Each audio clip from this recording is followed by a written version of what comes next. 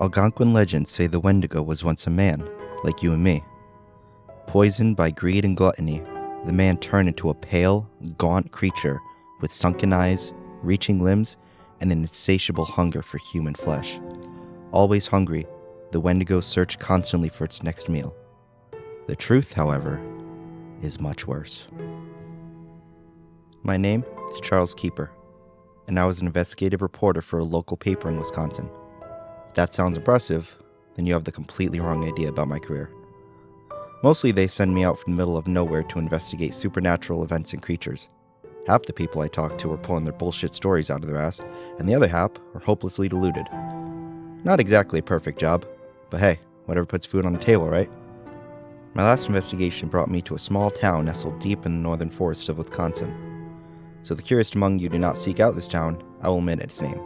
Trust me, it's for your own good. In any case, the remote settlement made a buzz after a young man living with his mother reported 2 grisly murders. One he committed himself, and another he claimed was the work of the Wendigo. The man, who I shall simply call Robert, told authorities he heard a scream while hunting one evening. Following the noise down one game trail, he found his neighbor half-eaten while a skeletal white creature stood over him covered in blood and gore. Robert shot several rounds into the creature and then burned its body. The body of the Wendigo was later identified as that of a man who had gone missing almost 15 years prior. Robert never stood trial. To get a closer look at the full story, I first met with Robert at his home. I realized it might not be the smartest idea to visit a confessed murderer on his own property. However, I made certain his mother would join us. Even a crazed killer wouldn't hurt an innocent reporter in front of his mother. Or so I told myself. Their home was a shack battered and broken by time. Dust fogged the windows and weeds strangled the rickety porch.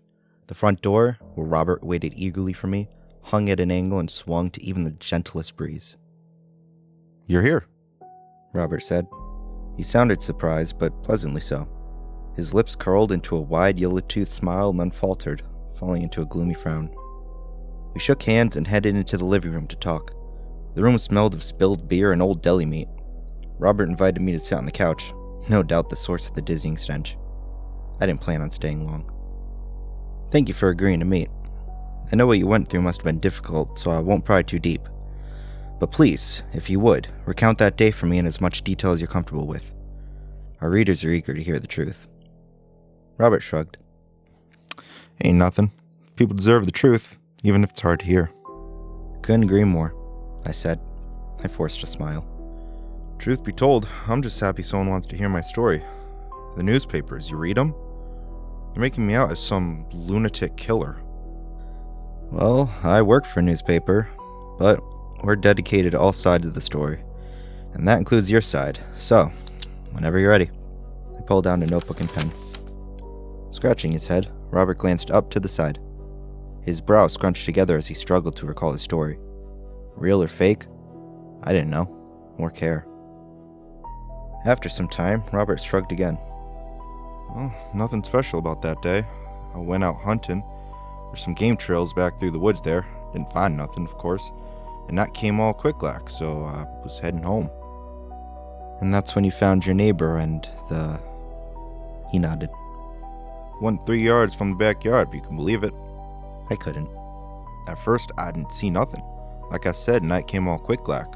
Clouds all across the sky, so not a moon or star to see, but I heard it." He made an unsettling sound, like a dog gnawing on a bone. "Then, down the path, I shine my flashlight. I see it, and Kev." Kev is your neighbor? He nodded. And the creature? "Wendigo," he corrected. Yes, the Wendigo. What did it look like?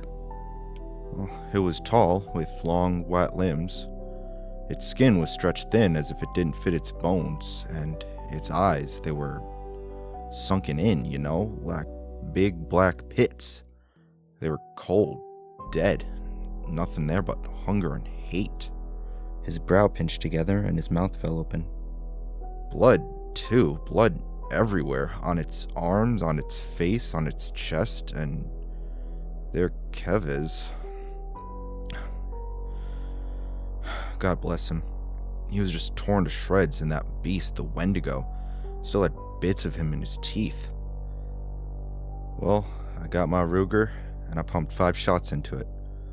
No hesitation. You and Kev were close? Good guy. We hunted together on occasions.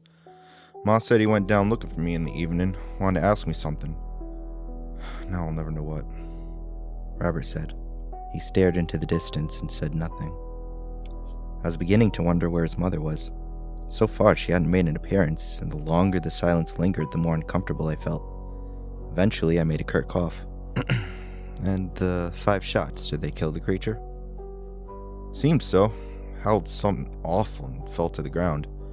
But I don't take no chances. I knew what it was as soon as I saw it. Now I know the legends. Only fire can kill a Wendigo. So I ran back home, got some gasoline, and lit that fucker up. His face spread into a proud smile. The police identified the Wendigo as... Yeah, I know. But I didn't know him. You think it was this man or something else? Robert shrugged. Could be. They say the Wendigo used to be human. A small, shriveled woman shuffled into the living room. Ain't no human, she said in a harsh, combative tone. Ma. I told you before, Wendigo just means evil spirit. It ain't no human. I told you before, Robbie. You think it's a spirit? I asked the mother. I do. You know how many people have gone missing over the past 50 years? 5. Christ, we only have 100 people in this town. Something ain't right with that forest. It ain't natural. You want my advice? Don't go near it. Funny you should say that. I was just about to ask you if you'd show me where you found the Wendigo. I could show you where the game trail starts, but even I won't go down that way again. You're not thinking of looking, are you? His eyes twinkled with genuine concern. Robert may have been a murderer, but I could tell he truly believed the story he told me. I pitied him. You already killed the Wendigo. What do I have to fear? The wrinkled old woman scowled. Don't go looking for trouble, 'cause you'll find it, and you'll be sorry. Now, a good reporter would follow up on the story with the police. If Robert's mother was right, town had too many missing persons and could be explained. But I am not a good reporter. I wanted to go home. Didn't matter whether or not I got to the bottom of the story. My readers would still eat up the garbage anyways. So, I went down into the woods looking for more Wendigos. One night in the forest, and I'd call the story finished. It's not like I expected to find anything. The forest was a forest. Once you've seen one, you've seen them all. Dead brown leaves blanketed the floor while reaching black branches blinded the sky. And through the woods ran a winding dirt path where Robert used to hunt.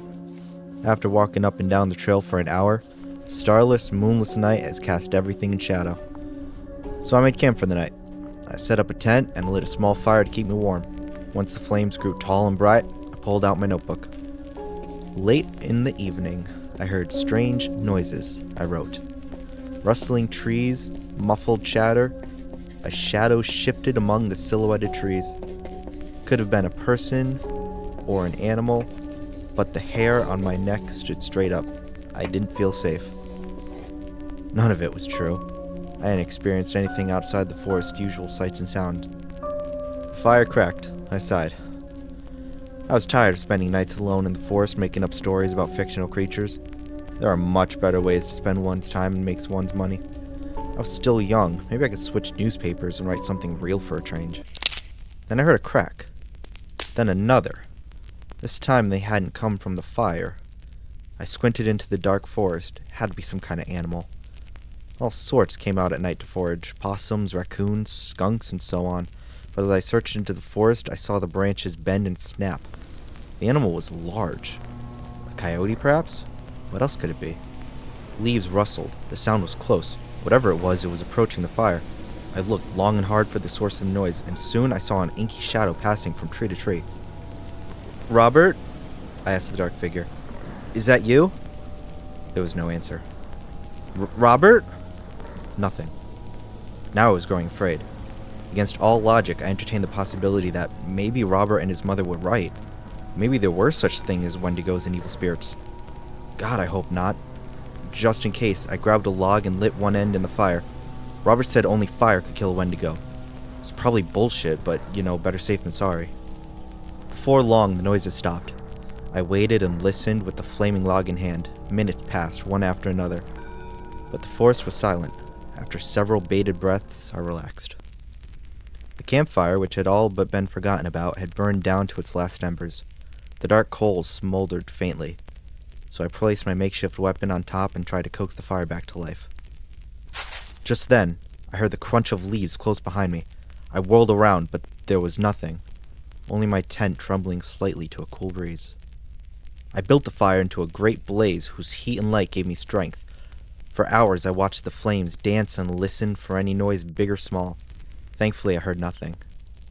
And by the time the fire finally died, I was exhausted, but calm. With my fears behind me, I headed into my tent to rest. It was then I saw it for the first time.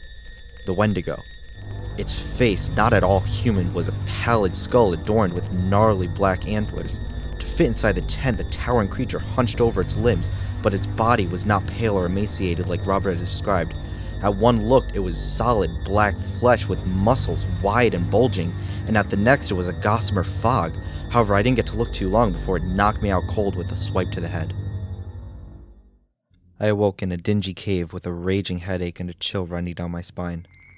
I was naked, bound to a rock slab, and utterly terrified. Beside me were two other slabs, each with a pale, naked body on them.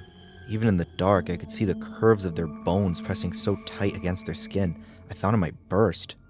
They were dead, they had to be. Yet when I called out for help, the two bodies stirred suddenly as if waking from sleep. You're alive. Oh, thank God. Where are we? How long have you been here? What's happening? For all my questions, I only received anxious grunts and groans in response. The two people craned their necks to look at me. When I saw their faces, I shrieked in horror. They weren't people, not anymore. Their eyes had receded into their skulls and their teeth had narrowed to beastly points. Bloody sores spotted their hairish scalps and scars marked their gaunt cheeks. When they looked at me, they gnashed their teeth and licked their tattered lips. I had no doubt Robert had seen one of these creatures, but why were they tied up? And what was the creature I saw in my tent? I didn't know. All three stone slabs faced a long, gaping tunnel that stabbed deep into the hillside, far from the touch of light. I strained to see its end, yet I could see nothing. And as I looked deeper into the tunnel, I saw a white skull and black antlers emerge silently. Hey, who are you? What do you want? The creature eyed me with a hollow stare and then sank back into the darkness. My heart raced in my chest as I struggled against my restraints, but they would not budge. I felt around for something to help me escape, but the ropes pressed down on my wrists. I could only reach fruitlessly with the tips of my fingers. No, someone please help me! Help me! Someone please help me! Please, someone help. My breaths grew short and shallow until my lungs trembled. No matter how hard I gasped, I couldn't get enough air. Soon my vision spun, went black. When next I woke up, I found my captor seated on a rock.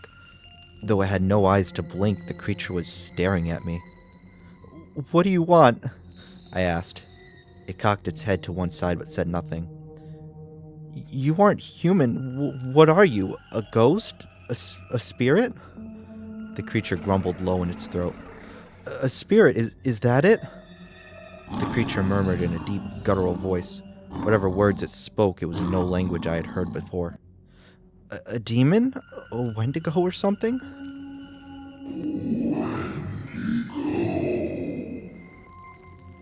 The Wendigo stood and approached me. It lowered its hands towards my bare chest and then growled. Then pulling its hand back, the Wendigo turned and walked towards the next captive. The pale beast on the table was already squirming with anticipation. What do you want? I asked again. The creature spoke several words in its foreign tongue. I don't understand, I said.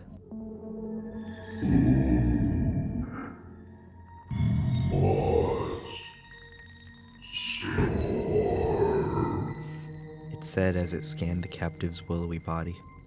I had no idea what that meant, but I didn't like the sound of it. I hurled another barrage of questions at the Wendigo, but this time it ignored me. From out of thin air, the Wendigo produced a short steel knife.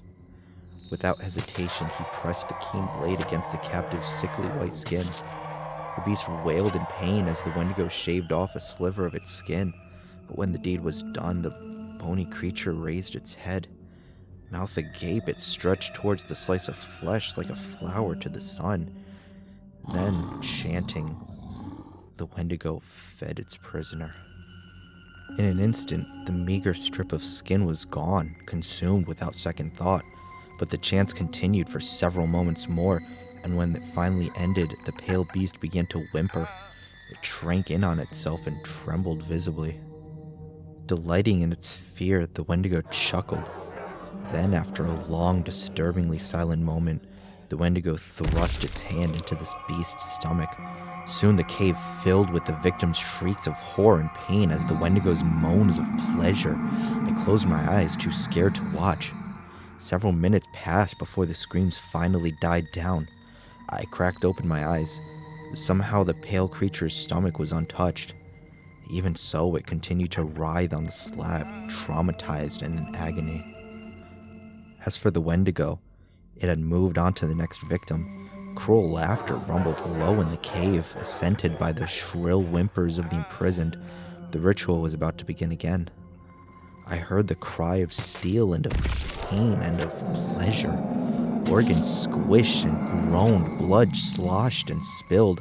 All the while I wondered when it would be my turn to suffer under the Wendigo's touch. However, when the Wendigo finished, it merely turned and disappeared down the tunnel. It was not my time yet.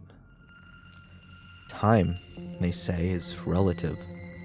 And in that cave with no light to signal the day, it could have been days, weeks, or even months that I stayed strapped to that stone. Hunger gnawed at my belly, aching worse than anything I've ever felt before. At times, I caught the Wendigo watching me from the shadows as if waiting for something. But he didn't say or do anything. He continued to torture the other prisoners, but not me. After that, he returned to the tunnel and disappeared for hours on end. With the Wendigo gone, I searched for some way to free myself, but I could think of nothing. One day I heard the wind howl from somewhere behind me. Another day I heard rain patter gently against stone. The exit couldn't have been too far away, but still too far from reach. In time, the pain of starvation became so unbearable that I could only think of food. I even chewed off the dry flakes of my lips in desperate attempt to fill my belly. But it didn't even touch my hunger. God, I would have eaten anything if you put it in front of me. Of course, this is exactly what the Wendigo is waiting for. Food must starve, it had said. It didn't take long to figure out what that meant. I had watched the Wendigo enough to know it wasn't torturing the other prisoners, it was feeding off their pain, their starvation, their hunger. When the Wendigo stood before me one day, I knew it was time. I had starved enough. My heart quaked when I felt the Wendigo's short steel blade, but I suffered the pain with pride. I didn't shout, I didn't cry. The Wendigo had not broken me yet. When my flesh was forced into my mouth, I spit it back out at the cruel spirit. However, the Wendigo didn't care. It hacked off another chunk of meat, grabbed my jaw in a firm grip, and shoved the flesh down my throat. As I swallowed my pride and flesh both, the Wendigo muttered in its demonic tongue. The words meant nothing to me. Even so, I felt a strange sensation seep into my veins as if my aching, unrelenting hunger had expanded out of my stomach and into the rest of my body. While I pondered what was happening to me, the Wendigo forced its hand into my abdomen. Its fingers throbbed as they wrapped around my stomach, twisting and tearing it open. My entrails surrounded the Wendigo, bursting under its strong grip. The pain was unimaginable. I roared in agony while the Wendigo moaned in delight. No man or woman should have to endure what I did. Worse than the pain and the Wendigo's pleasure was the knowledge I could do nothing to stop it. I was helpless. Not just then, but for years. I thought I would grow accustomed to the torture, resign myself to it. But pain is a funny thing. When you feel it intense enough and often enough, you don't grow numb to it. You grow more sensitive. It traumatizes you. Every moment of every day you fear it, scared and helpless. That's what I was for so many years. You may wonder how I survived so long on just meager scraps carved from my body. The Wendigo did something to me and the others. Call it a spell or a curse or whatever you want, but I survived. I survived and I starved so the Wendigo could feed for years to come. What that creature did, it changed me. Slowly, almost without notice, I became like the other prisoners. My hair fell out, my eyes sank into my skull, and my skin drained of all color. Even my thoughts had started to disappear, consumed by an irresistible, insatiable hunger.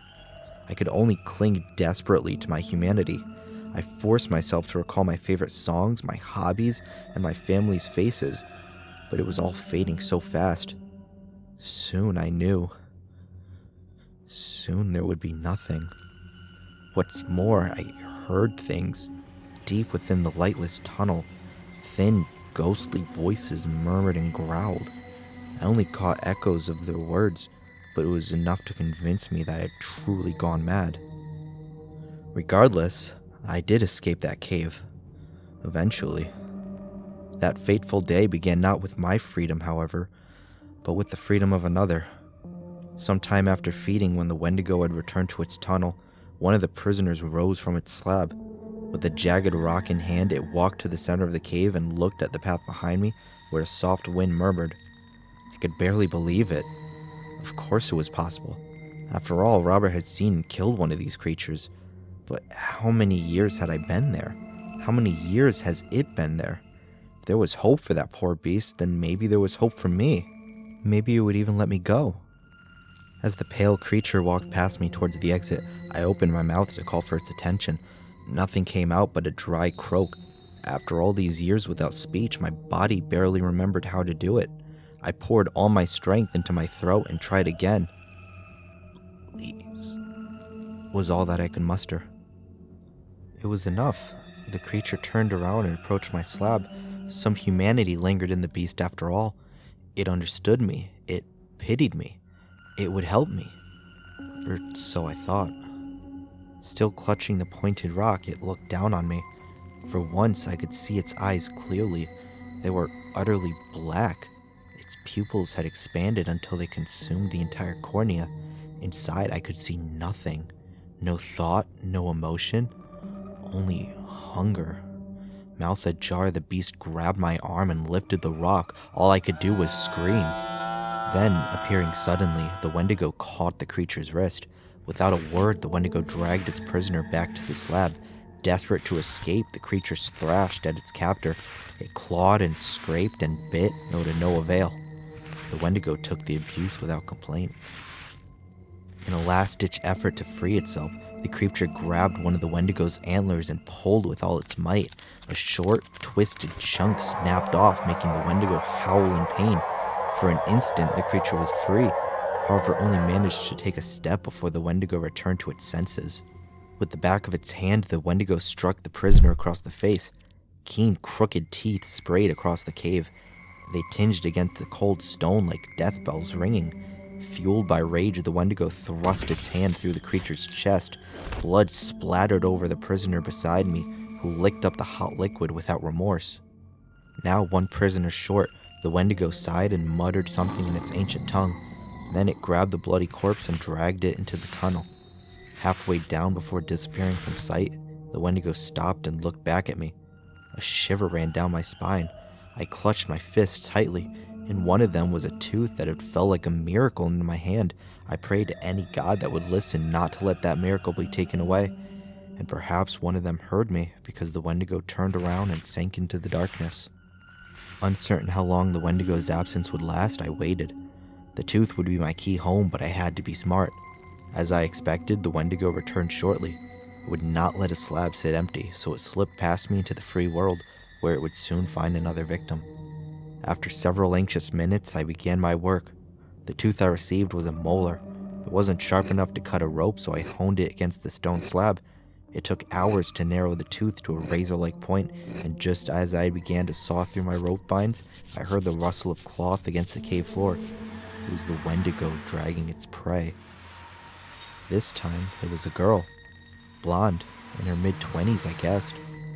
The Wendigo laid her against the slab and disrobed her. She was pretty. At one time, I may have looked at her with pleasure and desire, but at the time, all I could think of was how hungry I was. I held onto the sharpened tooth for another week or so, hiding it when necessary. Truth be told, I was too terrified to free myself. If I got caught, that was it. No more miracles. I'd be stuck in that cave forever. I needed a distraction.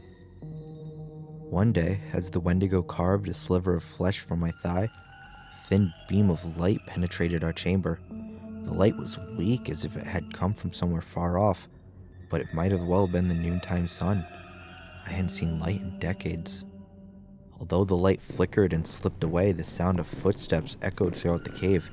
As soon as it heard the sound, the Wendigo dropped its knife and vanished into the tunnel. What it feared, I couldn't say. Your guess is as good as mine. But it was an opportunity, and I took it. I frantically dug the tooth into my rope binds. Not long after the footsteps, I heard the voices of 3 men calling out for someone. I didn't know the girl's name, but I could only assume they were looking for her. The ray of light flashed our way again, this time wider and stronger. I glanced at the girl.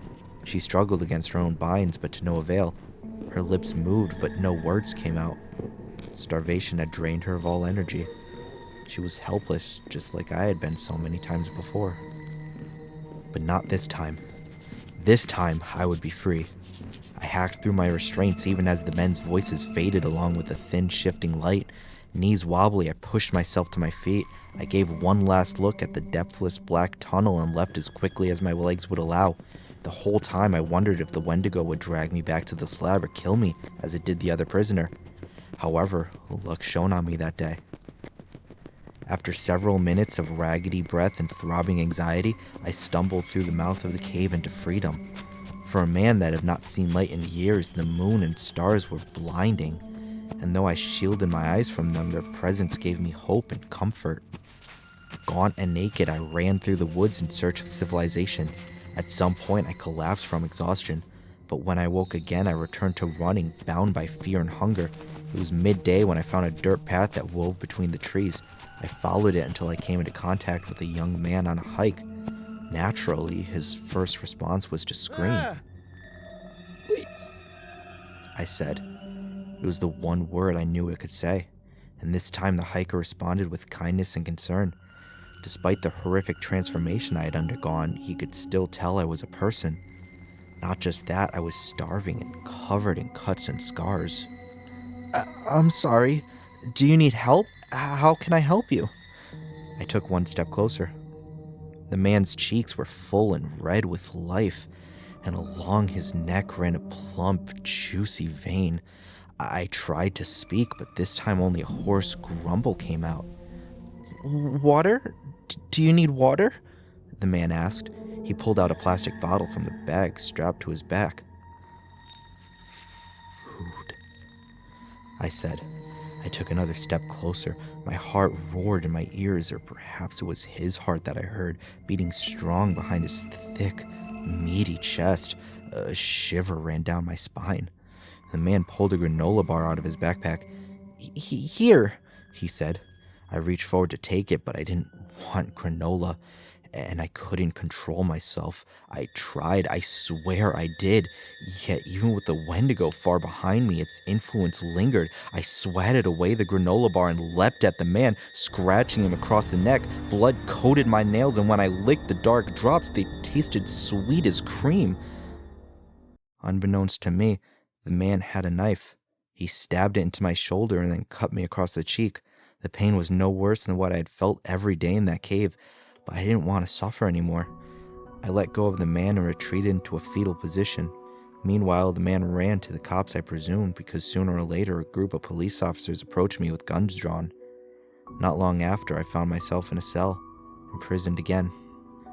At least this time I was clothed and fed. Of course, the police had questions. Simple ones, for instance. Who are you? It took me a second, but I remembered. Charles Keeper, I said. They ran my name through their database. Then they came back with a photo. It was a photo of me. I looked so different, I barely recognized myself. Yet it was enough for the cops. "Jesus Christ," one of them said. "You've been missing for 15 years. 15? I repeated. It felt like 50. "What happened to you?" they asked. Their eyes studied me closely, never once letting up or looking away. I cowered into my knees. I said nothing. When the silence dragged on too long, they held up another photo. "Do you know this girl?" It was the girl from the cave. I flinched at the sight of her. "You do, don't you?" I looked up. It hurt to meet their gaze, but I met it anyways. "Please," I said. I didn't want to think about her. I didn't want to think about the Wendigo. "Please don't. I can't." "Can't what?" one cop asked. By the color of his face and the volume of his voice, I could tell he was angry. "She'd been missing a week. Her parents are worried sick. They want to know what happened to their baby, and you can't tell us?" You won't. "We won't believe you?" Another cop finished. I nodded. "Go on. Try us. If you tell us where she is, maybe we'll forget about that man you assaulted in the forest." I had no choice. They wouldn't let me leave until I told them, so I did. I told them everything. At times, I caught them looking among each other, thinking no doubt I had gone mad.